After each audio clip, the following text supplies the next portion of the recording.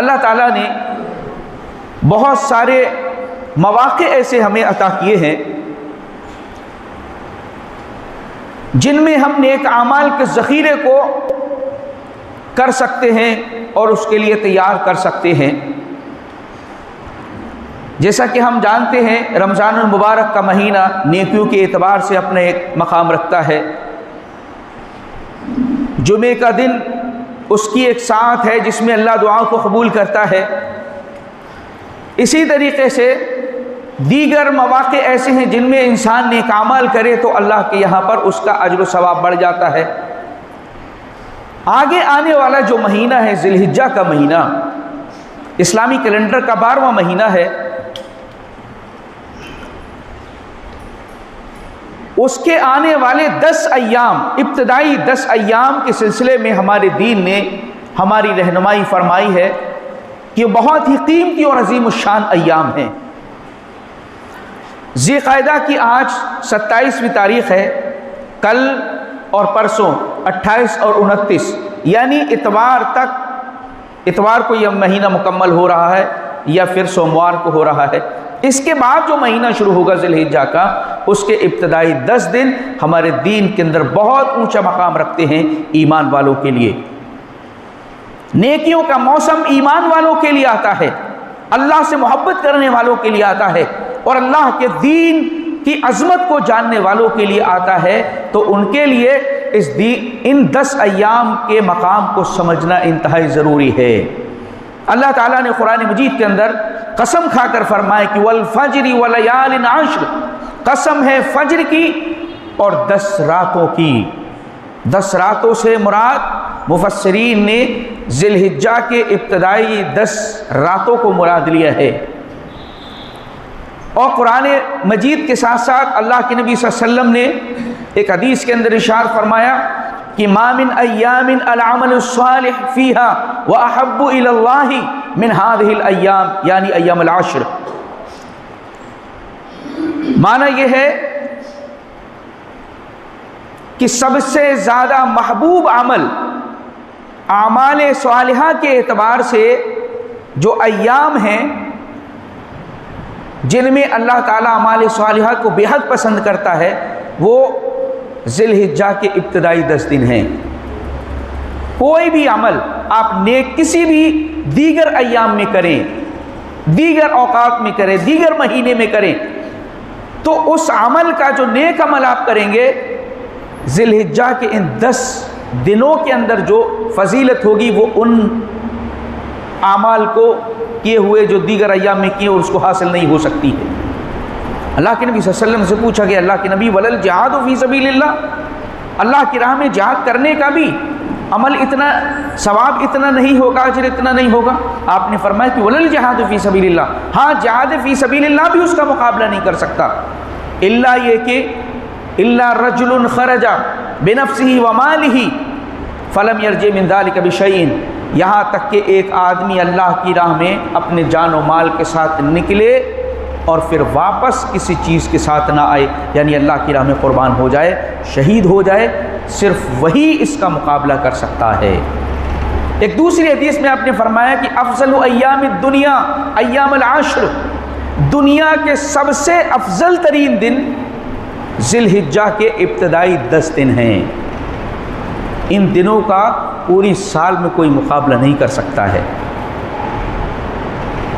اللہ کے نبی سے پوچھا گیا ولا مثلہن الجہاد فی سبیل اللہ، اللہ کے نبی اللہ کے راستے میں جہاد کرتے وقت جو وقت گزارا گیا ہے کیا وہ وقت بھی ان 10 ایام کا مقابلہ نہیں کر سکتا؟ آپ نے فرمایا کہ ہاں وہ بھی اس کا مقابلہ نہیں کر سکتا، یہاں تک کہ وہ انسان اپنے آپ کو اللہ کی راہ میں قربان کر دے اور شہید ہو جائے۔ ان 10 دنوں کا مقام کیا ہے؟ پوری سال میں سب سے افضل ترین دن ہے۔ راتوں میں رمضان المبارک کے آخری عشرے کی راتیں سب سے افضل ہیں، دنوں میں ذی الحجہ کے ابتدائی دن سب سے افضل ہیں۔ لہذا ان ایام کو غنیمت سمجھ کر کے ان سے فائدہ اٹھائیں اور اس کی فضیلت کو حاصل کرنے کی کوشش کریں۔ مومن کے لیے اللہ کے نبی نے فرمایا کہ ان سے بہتر عمل کا ثواب پانے کا کوئی بھی موقع نہیں ہے۔ اسی طریقے سے ان دنوں کا مقام اور فضیلت ہے کیوں، اس بات کو بھی ہم جان لیں، کیونکہ ان 10 ایام کے اندر عرفہ کا دن آتا ہے۔ عرفہ کا دن وہ ہے جس میں حاجی میدان عرفات میں جمع ہوتے ہیں اور پھر اللہ سے دعائیں، التجائیں، فریادیں اور اپنی حاجتیں رکھتے ہیں، اور اس دن اللہ تعالیٰ نہ جانے کتنے لوگوں کو جہنم سے آزادی دیتا ہے۔ اور حج کا سب سے بڑا دن ہے، اصل حج کا دن عرفہ کا دن ہے، ان 10 دنوں کے اندر وہ آتا ہے، اس لیے ان دنوں کو فضیلت حاصل ہے۔ اور ایک وجہ یوم النحر یعنی 10 ذی الحجہ، جس کے اندر پوری دنیا کے اندر لوگ قربانیاں کرتے ہیں، اس کے سلسلے میں بھی اللہ کے نبی نے فرمایا کہ اعظم الایام عند اللہ یوم النحر ثم یوم القر، اللہ کے نزدیک دنوں میں سب سے زیادہ عظمت والا دن یوم النحر کا ہے، یعنی ذی الحجہ کا 10ویں تاریخ ہے، جس میں لوگ اللہ کی راہ میں قربانیاں کرتے ہیں۔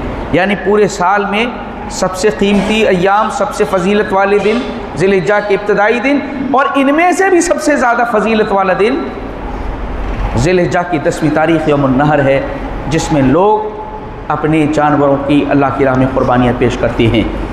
ان 10 دنوں کے اندر یہ بھی آتا ہے۔ حج اسلام کا بہت بڑا رکن ہے، انہی ایام کے اندر وہ بھی ہوتا ہے، باقی کسی دن بھی حج آپ نہیں کر سکتے۔ انہی ایام میں حج کا فریضہ بھی ادا کیا جاتا ہے، قربانی بھی اسی میں ہوتی ہے۔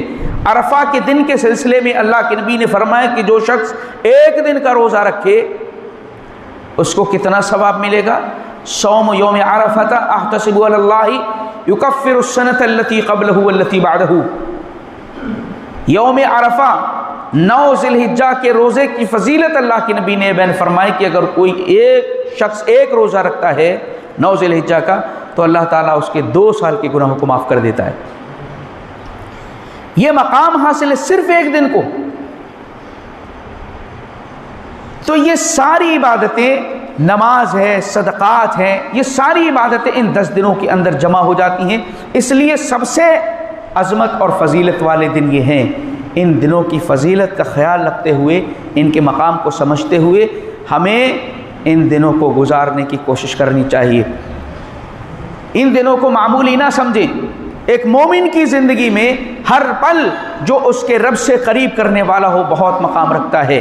اللہ کے نبی صلی اللہ علیہ وسلم نے ارشاد فرمایا الکیس من دان نفسہ، عقل مند اور ہوشیار شخص وہ ہے جو اپنے نفس کا محاسبہ کرتا رہتا ہے، چیک کرتا رہتا ہے میں نے کیا کیا ہے آخرت کے لیے، وعامل لما بعد الموت، اور موت کے بعد آنے والی زندگی کی تیاری کرتا ہے۔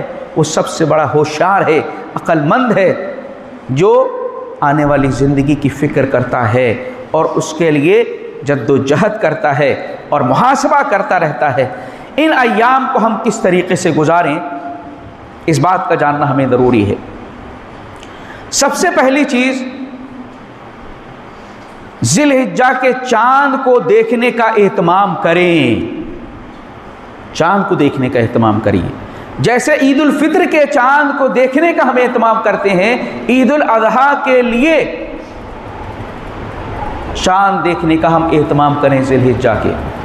ہوتا یہ ہے چاند کب نکلا نہیں نکلا اس سے ہمیں کوئی سروکار نہیں ہوتا ہے، کیونکہ ہماری توجہ اس بات پر ہے ہی نہیں کہ اللہ کی طرف سے ایک خاص آفر شروع ہو چکا ہے۔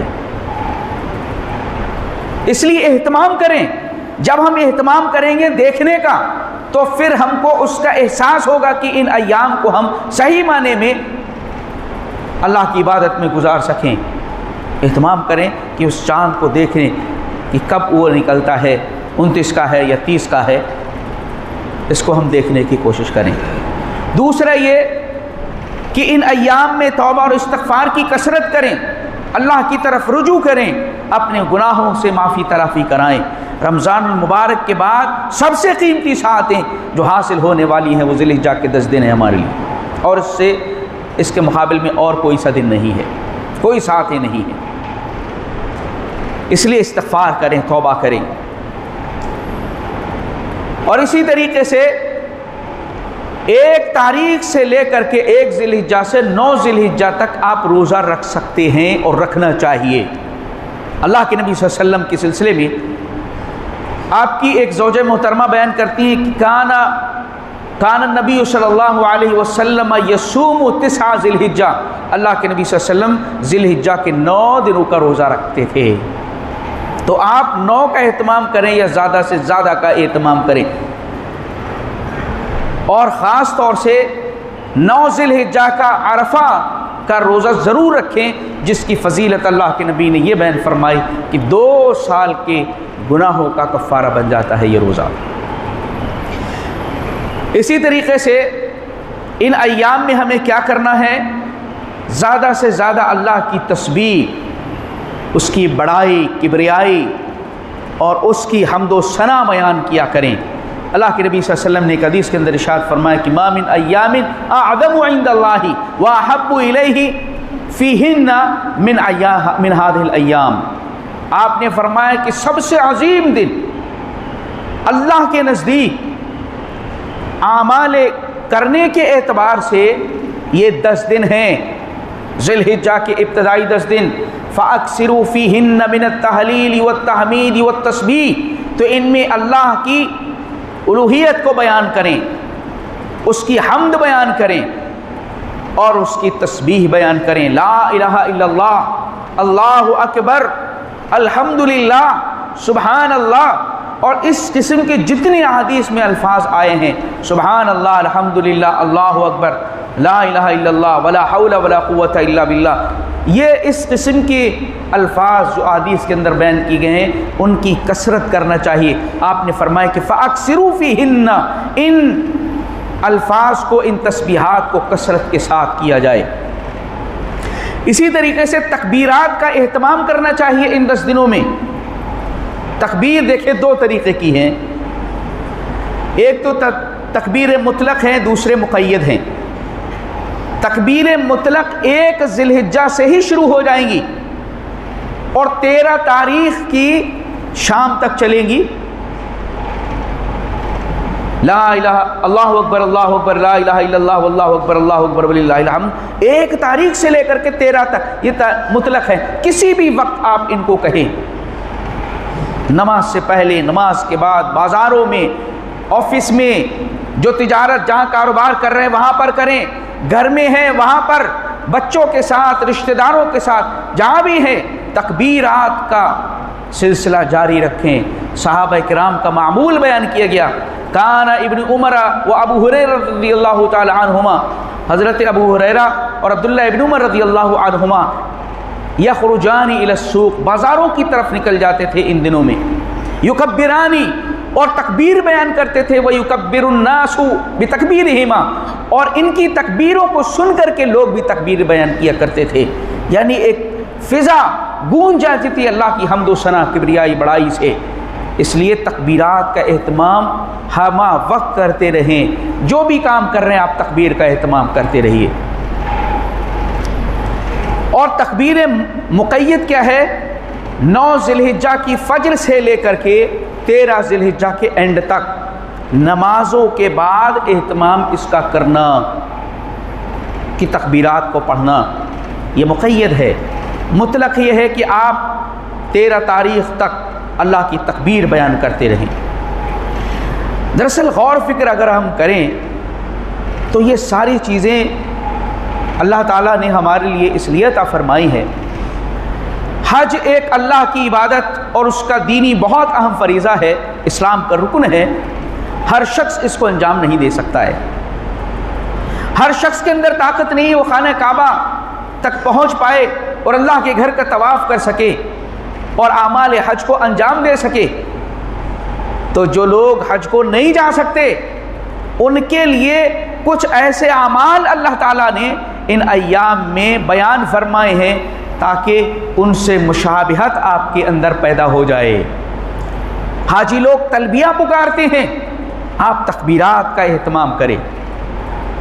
وہ قربانی کرتے ہیں وہاں پر، آپ بھی یہاں پر قربانی کرنے کا حکم دیا گیا۔ وہ عرفہ کے دن اللہ سے لو لگاتے، آپ روزے کی حالت میں ہوتے ہیں اس دن۔ تو جو اعمال حج ہیں ان کو وسعت دے کر کے ان 10 دنوں کی فضیلت و مقام کو بڑھا دیا گیا ہے، تاکہ ہم بھی نہیں جا سکتے اگرچہ وہاں پر حج کرنے کے لیے، لیکن ان اعمال کو انجام دے کر کے بہت بڑا سرمایہ نیکیوں کا اکٹھا کر سکتے ہیں آخرت کے لیے، اور اللہ کی رضا ہم حاصل کر سکتے ہیں۔ اس لیے ان دنوں کے اندر تکبیرات کا اہتمام کریں، روزوں کا اہتمام کریں، اور تسبیحات کا اہتمام کریں، نمازوں کی پابندی کریں، فرائض کی پابندی کریں، خاص طور سے فجر کی نماز کی فرائض کی پابندی کریں۔ فرائض کی تو ہمیشہ ہی پابندی کرنا ہے، ساتھ میں نوافل کا اہتمام کرے، کیونکہ اللہ نے فرمایا 10 راتوں کی قسم کھا کر کے گویا کہ اس کی راتیں بھی بڑی عزت و مقام رکھتی ہیں، قیام اللیل ان کے اندر کیا جائے۔ دن میں رب کی تسبیح پاکی بڑائی بیان کی جا رہی ہے، اور راتوں میں قیام کرنا، یہ 10 دن ہیں ان کو اور راتیں جن کو ہمیں غنیمت سمجھنا ہے، اور ان کے مقام کو سمجھتے ہوئے ان سے صحیح معنی میں ان کے فضائل سے اپنے آپ کو لطف اندوز کرانے کی کوشش ہمیں کرنی چاہیے۔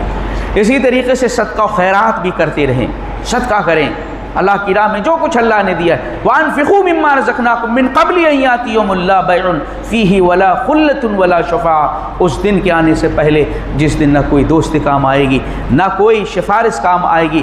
جو کچھ اللہ نے دیا اس میں سے خرچ کر لو، کیونکہ جو بھی نیک عمل آپ کریں گے ان ایام میں وہ دیگر ایام کے مقابلے میں بہت بڑے اجر اور فضیلت کا حامل ہے۔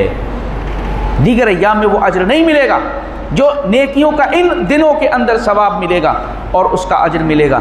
لہٰذا یہ ان ایام میں اللہ نے ثواب اور اجر کو بڑھا رکھا ہے، تو اس سے ہمیں فائدہ اٹھاتے ہوئے ان دنوں کے مقام کو سمجھنا چاہیے۔ اسی طریقے سے چونکہ یہ حرمت والے مہینوں کے اندر بھی آتا ہے، حرمت والے مہینوں میں سے ایک مہینہ ہے ذی الحجہ، اللہ نے اس کا تقاضا یہ بیان فرمایا فَلَا تَظْلِمُوا فِيهِنَّ أَنفُسَكُمْ، لوگوں گناہ کر کے اور نافرمانیاں کر کے اور اللہ کی ناراضگی سے بچتے ہوئے اپنے آپ کو گناہوں میں ملوث نہ کرو، اپنے آپ پر ظلم نہ کرو، گناہوں سے اجتناب کرو، گناہ کبیرہ سے اجتناب کرو، ایک دوسرے سے ستانا، چغلی کرنا، غیبت کرنا، دھوکہ، جھوٹ، ان سارے چیزوں سے اپنے آپ کو بچانے کی کوشش کریں تاکہ صحیح معنی میں ان دنوں کے فضائل کو ہم حاصل کر سکیں۔ یہ ان 10 دنوں کے فضائل تھے جو آپ کے سامنے رکھی گئیں چند حدیثیں، اس کی روشنی میں ہمیں اس کی قدر کرنی چاہیے اور آگے آنے والے 10 دنوں کو صحیح معنی میں اس سے فائدہ اٹھانے کی کوشش کرنی چاہیے۔